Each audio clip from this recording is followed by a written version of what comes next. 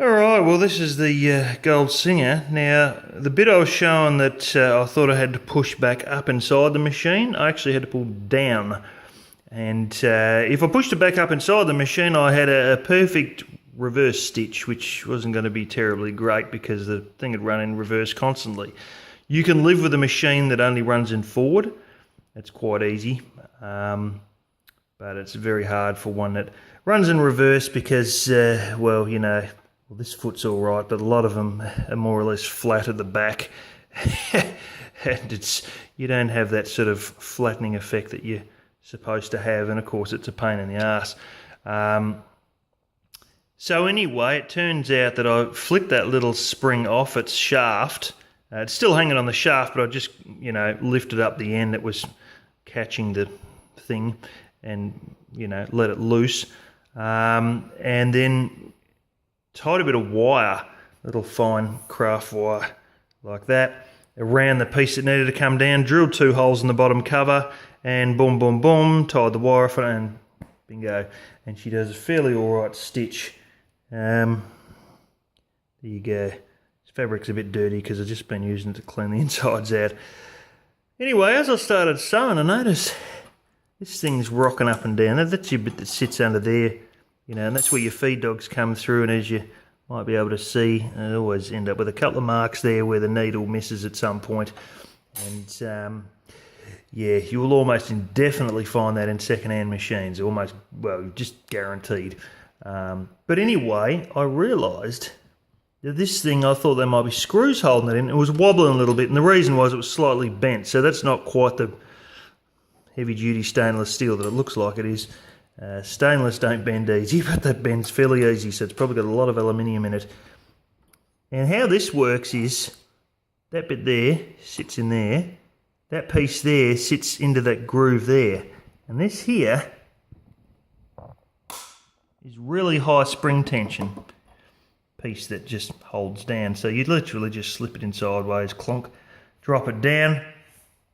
Now with that off, of course, I found a whole heap of dust on the feed dogs, which is fairly usual to find a little fluff on there. You'll find a lot of fluff on there, and if you take the bottom cover, this is where all the thread happens, the fabric gets stabbed, the fabric runs through and rubs off a bit on the sharp spikes of the feed dogs, and these things happen.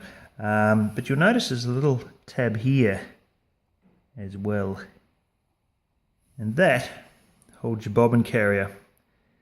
Now, I find a lot of these bobbin carriers, not this one that loads from above, but just, so this is a top loading one, which is more the current day design.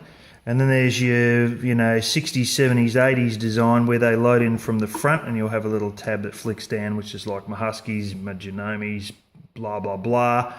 Vast majority of them that I have. And then you got ones that are like from the 1920s, and they'll come right in from the side.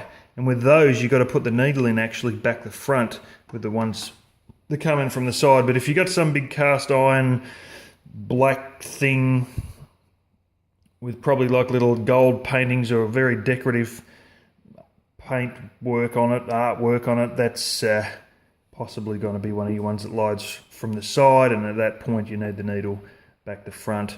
But they're, antiques basically. So a lot of them, what you get, load in the front here or in the top here. The new one's always the top. 60s to the late 80s will be front loading in most cases. Anyway, you move that tab out and you get your little bobbin carrier out. And what I find many cases is, you can see there's 2 screws there. Now, there'll be one at the start or the end, whatever you want to call it. And there'll be a second screw that is in the middle. Now I find that a lot of these bobbin carriers, particularly with my front loading machines, and a lot of these old machines I get, the thread runs through them like diarrhea through a pig's ass.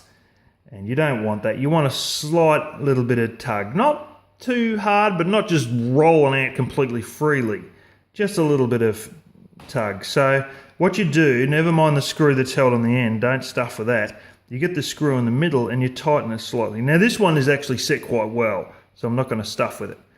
But a lot of the other machines, they have a steel bobbin carrier, and the screw will actually be set out a little bit.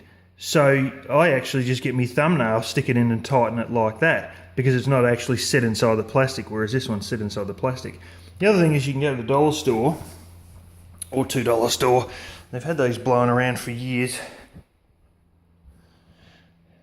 Miniature screwdriver set like that. That's, you know, it only costs you $1 or $2, and they'll basically do the job. And if you're a real smart cookie, you might even be able to get a bit of blooming sheet metal or end of I don't know, a nail file or something like that, and it might be the right size anyway.